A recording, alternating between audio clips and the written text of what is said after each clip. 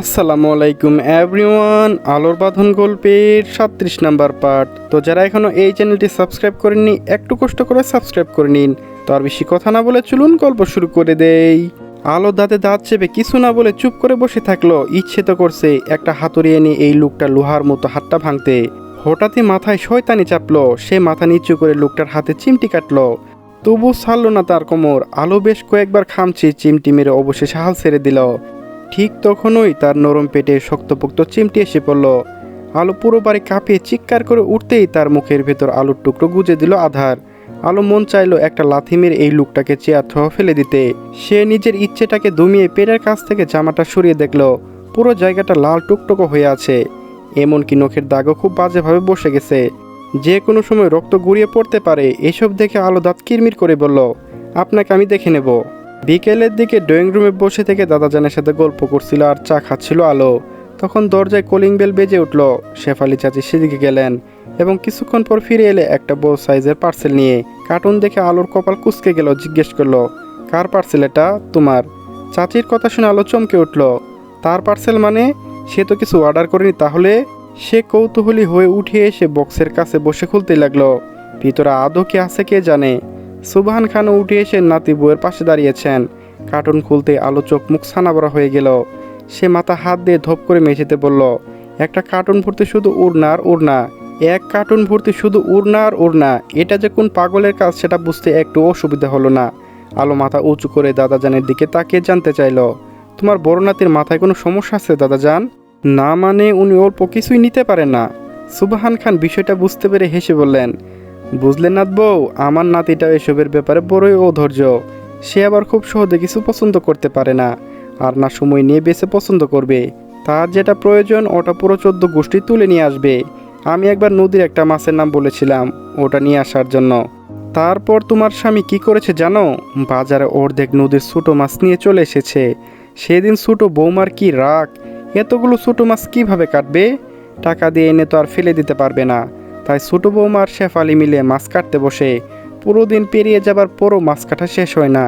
ছোটো বৌমা রেগে মেগে অর্ধেক মাছ পরা প্রতিবেশীদের দিয়ে দেয়। তারপর থেকে আমি ভুলো আর বড় নাতিকে মাছ কিনতে বাজারে যেতে বলি না, নয়তো দেখা যাবে আবার পুরো মাছের বাজারটাই তুলে নিয়ে এসেছে।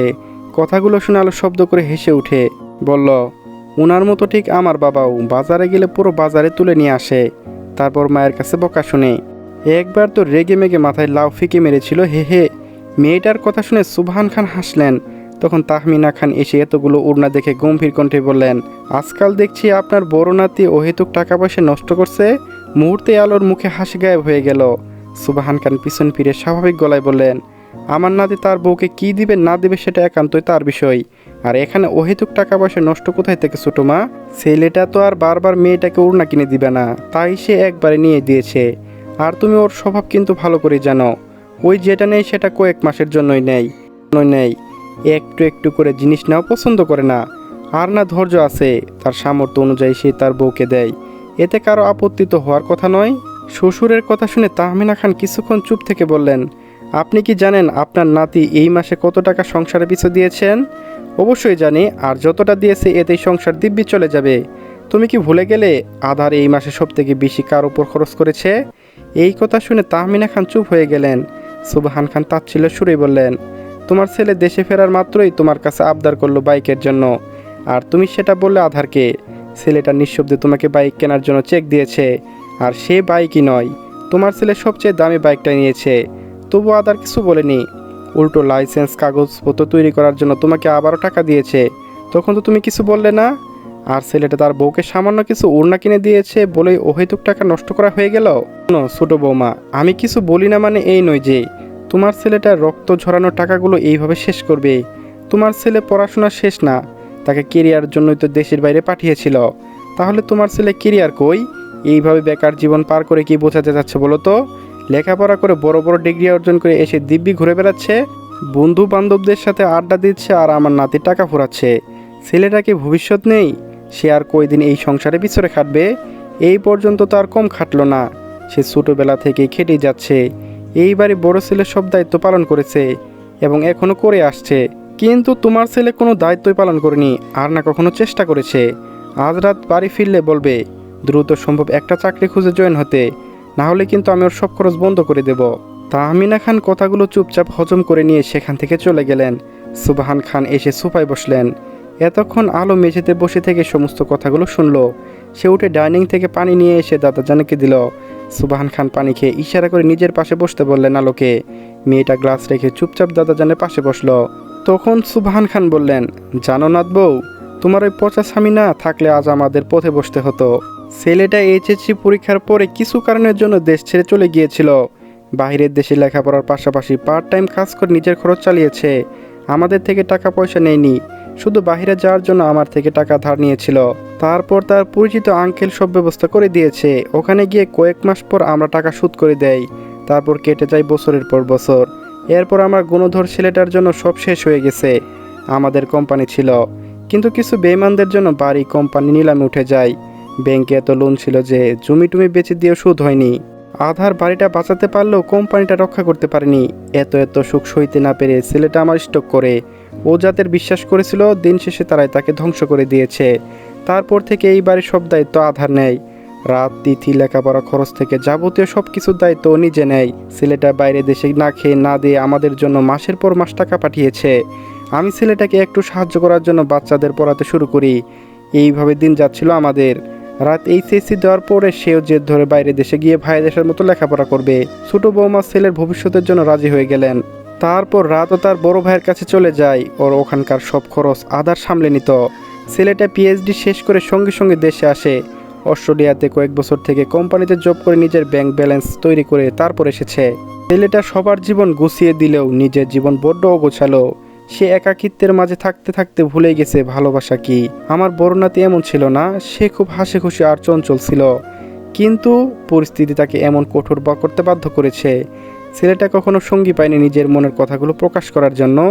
আর ও খুব একটা মনের কথা কাউকে বলতে পারে না। ছেলেটা বুক ফাটবে তবু মুখ ফাটবে না, সাথে ভীষণ ঘাড়তেরা।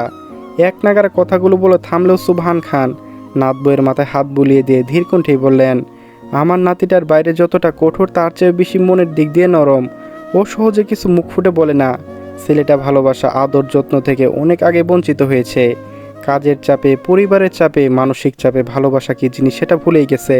আমার নাতিটা মনের দিক দিয়ে খারাপ নয় নাত বউ, তুমি শুধু একটু কষ্ট করে মানিয়ে নিয়ে ওর কাছ থেকে যাও। দেখবে একদিন না একদিন ও ঠিক স্বাভাবিক জীবনে ফিরে আসবে। দাদাজানের বলা প্রতিটা কথাগুলো খুব মনোযোগ সহকারে শুনলো আলো। কিছুক্ষণ চুপ করে বসে থেকে একগাল হেসে বলল, তুমি চিন্তা করো না দাদাজান, আমি বেঁচে থাকাকালীন আর ছাড়ছি না তোমার বড় নাতিকে। উনি না চাইলেও আমি ওনার সাথেই থাকবো। বেশি বাড়াবাড়ি করলে তুমি তোমার পচা নাতির কান মতলে দিবে, ঠিক আছে? সুবহান খান হেসে বললেন, ঠিক আছে। আলো সব ওড়না নিয়ে আলমারিতে গুছিয়ে রাখলো। তাকে সাহায্য করলেন শেফালি চাচি। আধার তখন সোফায় বসে থেকে চুপচাপ ল্যাপটপে কাজ করছিল। আলো সব কাজ শেষ করে ফ্রেশ হয়ে এলো এবং এসে সুজা ছেলের কোলে ঠাস করে বসলো। এতে আধার প্রচুর বিরক্ত হয়। এই মেয়েটা তোর চিবুক কেন হয়? কি সমস্যা তোমার? আলো দু হাতে স্বামীর গলা জড়িয়ে ধরে আধার চট করে মুখ সরিয়ে নিল। এটা দেখে আলো খিলখিল করে হেসে উঠে গালে চুমু খেয়ে ফিসফিসিয়ে বলল, যেটার ভয় পেলে ওটাই করলাম। আধার দাঁতে দাঁত চেপে বলল, তোমার মতো অসভ্য মেয়ে আর দুটো দেখিনি। আলো মুচকে এসে কাঁধে মুখ গুজে বলল, আলো এক পিছিয়ে আছে আর সেটা আপনার ভাগ্যে জুটেছে। এটার জন্য আফসোস হয়। তোমার মতো পাগল মেয়ে আমার জীবনে না এলে ভালো হতো। এখন আমি আপনার কাছে আছি, তাই আপনার আফসোস হচ্ছে। আর যখন আমি থাকবো না তখন এর চেয়েও বেশি আফসোস করবেন। একটু থেমে পুনরায় বলল, আচ্ছা ধরুন আমি মরে গেলাম, তখন আপনি কষ্ট পাবেন নাকি খুশি হবেন? আলোর এই কথা বলতে দেরি হলেও তাকে কোল থেকে ফেলে দিতে একটু দেরি হলো না আধারের। আলো মেঝেতে বসে থেকে বিস্ময়ে তাকিয়ে আছে ছেলের রক্তিম চোখের দিকে। আধার দাঁতে দাঁত চেপে বলল, মরার খুব শখ তোমার? তা কীভাবে মরতে চাও বলো, আমি তোমাকে সাহায্য করছি।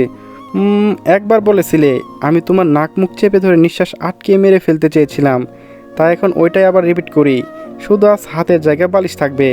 আলো বড় বড় চোখে তাকিয়ে আছে, অবাক কণ্ঠে জিজ্ঞেস করলো, আপনি আমাকে মারতে পারবেন? এতে কোনো সন্দেহ আছে? আলো কিছুক্ষণ চুপ থেকে উঠে গিয়ে বিছানা থেকে বালিশ নিয়ে এসে ছেলের সামনে ধরে বাড়িয়ে দিয়ে বলল, ঠিক আছে, প্রমাণ দিন। আধার অদ্ভুত চোখে তাকায়। এই মেয়েটার মাথায় নির্ঘাত কোনো সমস্যা আছে। সে বালিশ নিয়ে ওটা আবার ছুঁড়ে মারল মেয়েটার মুখে। আমার চোখের সামনে থেকে সরো, নয়তো থাপ্পড় খাবে। আলো নিচ থেকে বালিশ তুলে হেসে বলল, আমি জানি আপনি কখনোই আমাকে আঘাত করতে পারবেন না। আধার এক ভু উঁচিয়ে জিজ্ঞেস করলো, এত বিশ্বাস? আলো রুম থেকে চলে যেতে যেতে বলে উঠল, নিজের থেকেও বেশি। কয়েকদিন পরের কথা, আলো তার স্বামীর সাথে বাবার বাড়িতে এসেছে। আজ রোহিতের গায়ে হলুদ। তাদের আরও 1 সপ্তাহ আগে আসতে বলা হলেও আধার কাজের জন্য তাড়াতাড়ি আসতে পারেনি। আর না একা একা আলোকে পাঠিয়েছে। সে নিজের সাথে করে নিয়ে এসেছে। পুরো বাড়িতে হালকা ডেকোরেশন করা। জাঁকজমকভাবে বিয়েটা না হলেও সকল পরিচিত আত্মীয় স্বজন ও পাড়া প্রতিবেশীদের দাওয়াত করেছে। বাগানে রোহিতের গায়ে হলুদের আয়োজন করা হয়েছে। চারিদিকে বাচ্চারা ছোটাছুটি করে খেলাধুলা করছে। আর কাজিন বন্ধু বান্ধবরা রোহিতকে হলুদ দিয়ে ভূত বানাতে ব্যস্ত। ছেলেটা আজ ভীষণ খুশি। সে জানতো মেঘলা তাকে পছন্দ করত, আর সেও নিজের মনে মনে ভালোবাসতো মেয়েটাকে, তবে কখনো সেটা প্রকাশ করেনি। মনের গহীনে লুকিয়ে রাখা ভালোবাসাটা প্রকাশ না করেও নিজের প্রিয় মানুষটাকে নিজের করে নিয়েছে। আর শুধু একটা দিন বাকি, তারপরই মেয়েটাকে নিজের অর্ধাঙ্গিনী রূপে দেখবে। এই এই খবরদার, একটু হলুদ মাখাবি না আমাকে। ছায়া মায়া হলুদের বাটি নিয়ে ছুটে এসে বড় বোনকে মাখাতে গেলে চিল্লিয়ে উঠল। এতে ছায়া কপাল কুঁচকে বলল, মাখালে কি সমস্যা? অনেক সমস্যা। আমার বর থাকতে তোদের থেকে প্রথম হলুদ মাখিয়ে নিব কেন? ছায়া মায়া সরু চোখে তাকায়। আলু মুখ ভেঙচি কেটে ছোট বোনের হাত থেকে হলুদের বাটটা নিয়ে বাহিরে যেতে যেতে ভাব নিয়ে বলল, মুই মুর প্রিয়ারের স্বামীর থেকে হলুদ মাখানি নিমু। ছায়া আফসোস সুরে বলল, আজ একটা প্রিয়ারের স্বামী নাই বললে চলবে। গাইস, পরবর্তী পার্ট এই চ্যানেল আপলোড করা আছে, সবাই দেখে নিন।